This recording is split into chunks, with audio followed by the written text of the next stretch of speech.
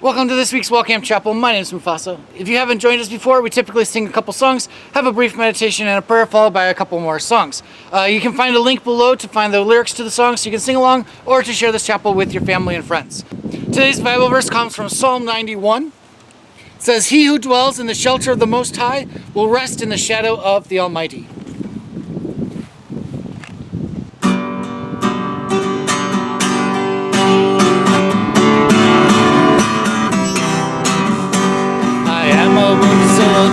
But I will not leave the fight, because the great physician is healing me.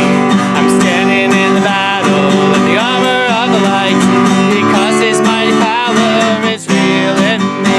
I am loved, I am accepted by the Savior of my soul. I am loved, I am accepted, and my wounds will be made whole. I am a wounded soldier, but I will not leave the fight, because the great physician is healing me. I'm standing in the battle in the armor of the light, because his mighty power is real in me. I am loved, I am accepted by the Savior of my soul. I am loved, I am accepted, and my wounds will be made whole.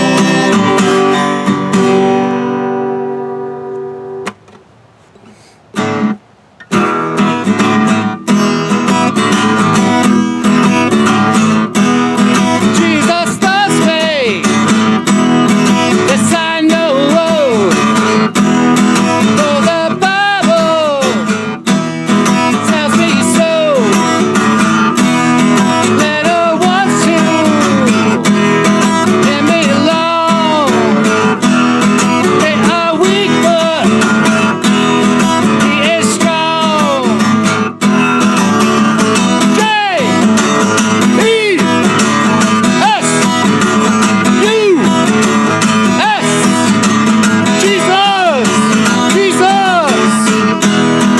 Jesus loves me, this I know, for the Bible tells me so.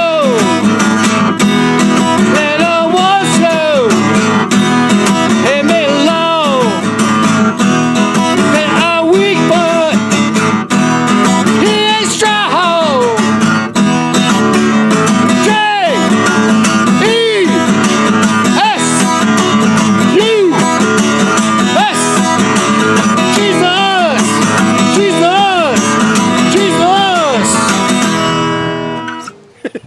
Alright, so welcome to chapel again. I'm here at Walcamp's Gaga Ball Pit, either ready for battle or ready to give you next week's chapel message. So today we're talking about David and his mighty men. So David, when he went on the run from King Saul, he didn't just go and hide in the hills alone. He ended up gathering all kinds of soldiers and vagabonds and fugitives from justice to him.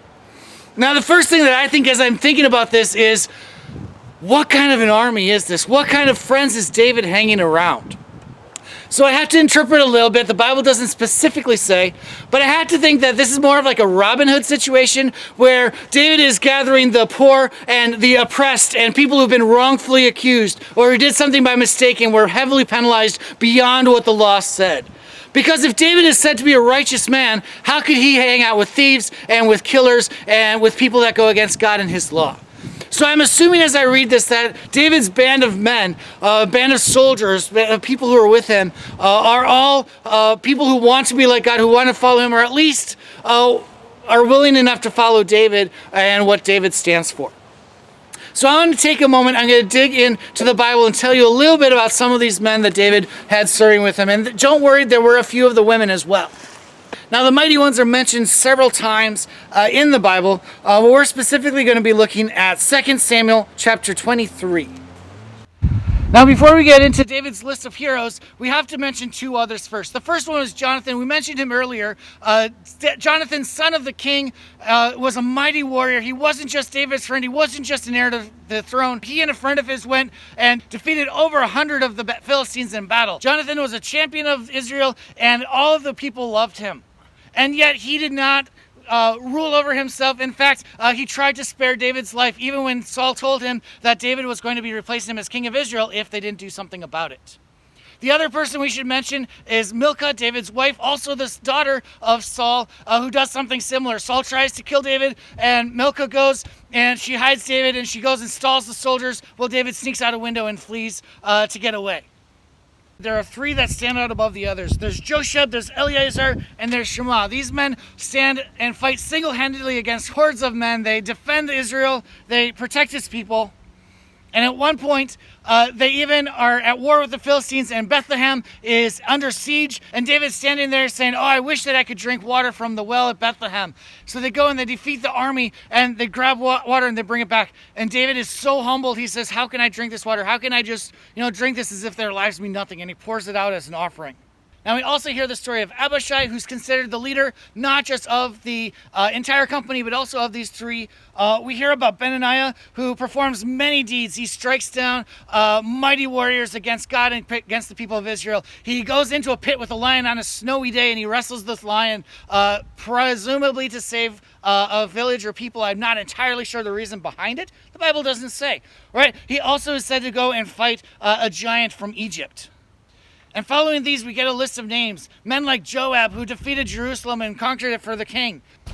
Men like David's brother, who also goes and fights a giant later in his life. We find Uriah the Hittite and many, many others. So I'm standing here at camp, and I'm thinking, what does this story have to say about God? How do we learn about God as we're reading about these mighty warriors, people who go in battle, people who are known for violence? And to do that, I think back a little bit to the world that they lived in. See, today the world has war, and we have famines and other troubles, but we kind of dismiss them. We do what's needed, but we protest and we find peaceful solutions whenever possible. We try and find how do we work around this rather than going to war. And then we go home and watch television, or we put on our favorite movie, or play video games, and we find that this violence isn't quite so far removed from our lives as we think. Right? We play sports, and we hate our opponents, people who dare to be fans of our opposing teams. We play battle games where we go and shoot other people, and we got knocked down ourselves, and we'll just spawn back, and we'll be back in the game in like 5-6 seconds or so. This idea of battle, this idea of champions, this idea of warfare is not so far away from our culture as we might assume. And if this is true, then what does the story of David and what does the story of his mighty warriors have for us today? What kind of stories do I watch in books or in television? Do we read the stories for the sake of the violence, for the sake of triumph, for the sake of one person being better than another? Or do we watch the stories where evil is taking over the world and good fights and triumphs and perseveres no matter the cost? Do our heroes and our champions seek glory or violence, or do they seek to protect their people and to make the world a better place? And if I'm playing these games, am I in this to win? Am I in it to get the loot, or to get to the next level, or whatever reason that I play? Or am I enjoying the game? Am I having fun? Am I protecting my teammates, my friends? Am I making the world, even the virtual one, a better place? And how do I talk to others? Because it's so easy now in our world of screens and technology and social media to kind of treat others out there however we want. Are the words that I say in person or over the screen, are they kind? Are they loving? Or do I say whatever I'm thinking? Or because I can, do I say things that are hurtful or harmful, or possibly even untrue? How do I act in my own life? Not just in a game, not just in what I'm choosing to watch, but in my own words and my own actions. So as I meditate on this, I think again, what kind of a person do I want to be? Would I be counted a hero? Or would I just be the villain? Or perhaps even worse, someone who just stands by and lets whatever else is going on happen? Pray with me, please. Lord, you give us such great stories of heroes and of the defense of your city and the protection of your people. We see the mighty ways in which you work to defend your people, to protect them from everything that's going on against them. And as we look in our world, we see lots of trouble, we see lots of danger, we see lots that's going wrong, and yet we see hope. We see you working in mighty, awesome ways through your world and through the people that you've called to serve here. And so we ask that you be protecting of those people, of our police officers, of our firemen, of the doctors and the nurses who are caring for one another, for the children who stand up for their friends or for other students. Whoever it is, Lord, who takes a stand and who follows you, we thank you for their example. We thank you for their service. We ask that you walk with them. We ask that you would help us as we see their example to follow and do the same. We ask that you would make us people who are worthy of that call, who would stand up and do what's right, no matter the cost, no matter what others might say about us. And we do this not in our own strength, but knowing that you're the one that gives us strength, and it's for your glory and for your people that these things would be done. And so we praise you for being with us, for being our protector, our sword, our shield, our mighty defender. And we thank you for loving us. Amen. This is a song by Rich Mullins called Step by Step, reminding us that every day, no matter what we do, where we go, God is taking that step with us. God is walking with us.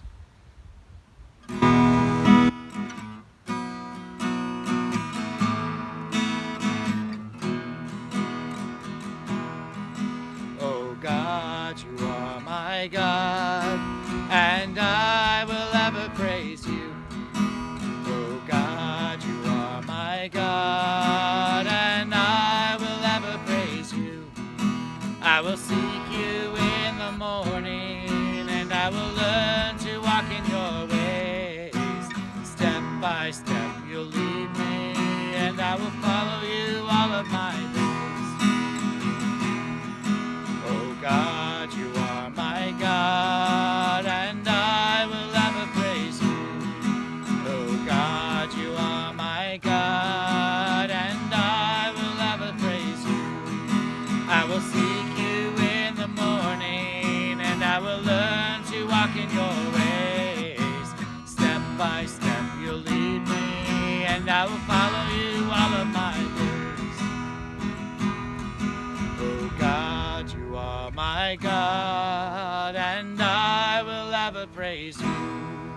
Oh God, you are my God, and I will ever praise you. I will seek you in the morning, and I will learn to walk in your ways. And step by step you'll lead me, and I will follow you all of my days. He who dwells in the shelter of the Most High will rest in the shadow of the Almighty. Thank you for joining me today. Hope to see you again next week. God's peace.